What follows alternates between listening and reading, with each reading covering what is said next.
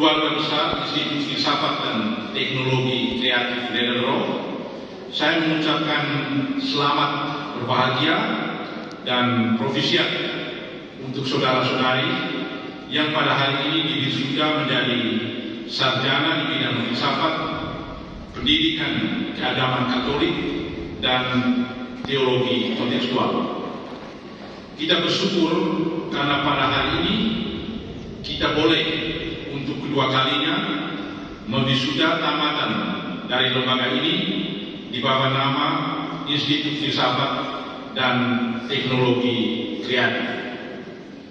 Perpaduan antara filsafat dan teknologi kreatif bukan sekedar nama untuk memenuhi tuntutan administrasi dan birokrasi lembaga pendidikan tinggi, tapi ingin secara serius membangun sebuah refleksi filosofis tentang dampak-dampak teknologi, terutama teknologi digital bagi kehidupan manusia, bagi formasi kesadaran, perilaku, dan tatanan sosial umat manusia.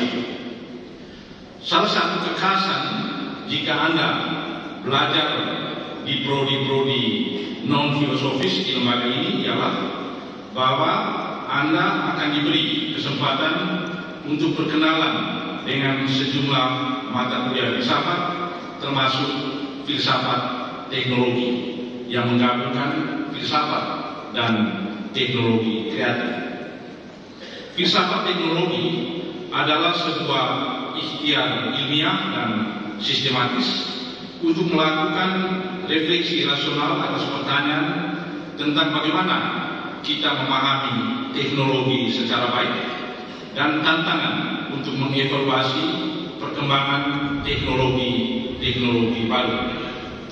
Mengapa refleksi yang mendasar tentang teknologi perlu kita lakukan dalam lembaga pendidikan, termasuk dalam lembaga pendidikan kita ini? Karena teknologi sudah menjadi kodrat kita yang kedua. Teknologi tidak dapat lagi dipisahkan dari keseharian hidup kita. Bayangkan saudara-saudari, apa yang terjadi jika handphone Anda rusak atau hilang, dicuri orang? Apa yang terjadi jika listrik tiba-tiba padam atau wifi, jaringan wifi di kampus kita ini macet berhari-hari? Biasanya tenaga IT mendapat sasaran kemarahan dari para mahasiswa dan juga para dosen yang sudah melihat internet sebagai kodratnya yang kedua, mungkin kodratnya yang pertama, yang kedua baru yang Allah ciptakan. Pada umumnya kita memahami teknologi sebagai alat atau instrumen untuk mencapai tujuan tertentu. Teknologi adalah alat seperti palu, telepon, mobil, komputer untuk tujuan-tujuan manusia, membuat mebel, berkomunikasi dengan teman, bepergian ke sebuah destinasi wisata, atau menulis sebuah paper, skripsi, atau tesis. Sebagai alat atau instrumen, teknologi itu terkesan sepenuhnya berada di bawah kendali kita, kendali manusia. Tapi apakah teknologi sungguh selalu berada di bawah kendali manusia? Salah seorang filsuf yang pernah membuat refleksi tentang pertanyaan ini adalah Martin Heidegger. Untuk melukiskan relasi antara teknologi dan manusia, ia menggunakan istilah Gestell atau enframing atau bingkai dalam terjemahan Indonesia. Teknologi menciptakan bingkai, membingkai atau membentuk cara berpikir manusia. Dalam konteks ini bukan lagi saya menggenggam telepon, tapi telepon menggenggam saya. Dari banyak dari kita sudah digenggam oleh telepon, karena itu ada kebutuhan untuk mengganti telepon setiap bulan. Ya. Rata-rata top yang punya akses ke uang bisa membuat itu. Mengapa saya bercerita tentang hal ini? Saya hanya ingin menunjukkan kekhasan, keunikan yang akan Anda dapat dan alami jika Anda belajar di IFTK Ledelero. Akan, karena refleksi-refleksi itu baru kami bangun. Mungkin yang sudah tamat tidak mengalami, tapi yang akan belajar di sini pasti akan mengalami kekasan dan keunikan lembaga ini. Seperti biasa, saya juga ingin menyampaikan sejumlah informasi tentang lembaga ini, tentang IFTK Ledelero.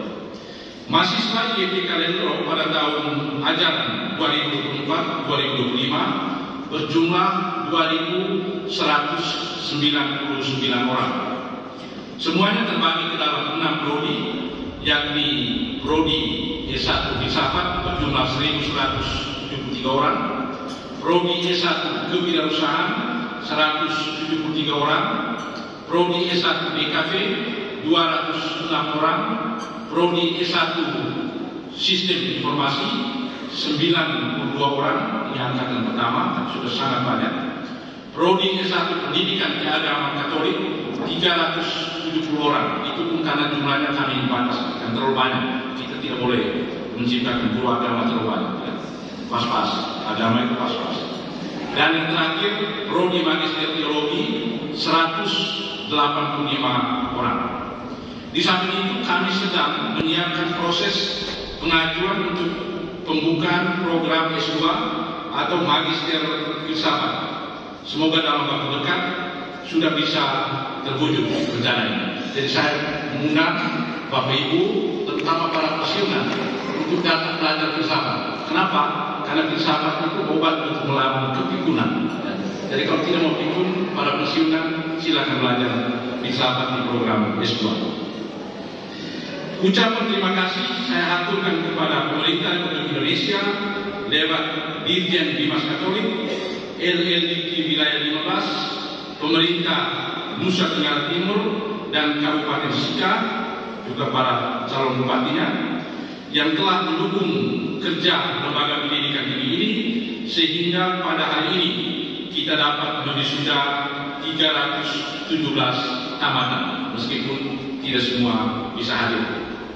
Sekali lagi atas nama seluruh Civitas Akademika IFTK Ledelero, saya mengucapkan selamat dan profisiat bagi para wisudawan dan wisudawati. Ya, saya kira adik-adik sekalian tentu mengharapkan nasihat dari saya, meskipun saya tidak suka memberi nasihat, tapi saya mengutip mulutnya Paus Fransiskus, ya, ada otoritas yang lebih kuat. Jadi saya mengutip, ya, pidato dari Paus Fransiskus baru-baru ini ketika dia menghadiri perayaan 600 tahun berdirinya Universitas Katolik Leuven, Belgia. Kebetulan ada 3 tamatan dari sana yang mengajar di sini. Paus Fransiskus mengatakan begini, lembaga pendidikan Katolik, juga para cendekiawan Katolik, dipanggil untuk menjadi ragi, garam, dan terang Injil Yesus Kristus dan tradisi gereja yang hidup, bukan tradisi yang mati, tradisi gereja yang hidup, yang selalu terbuka terhadap tanda-tanda zaman dan perspektif baru. Karena itu, wisuda sarjana bukan akhir dari sebuah proses belajar, tapi awal dari proses belajar yang tidak pernah berakhir. Profesiat, sekian dan terima kasih.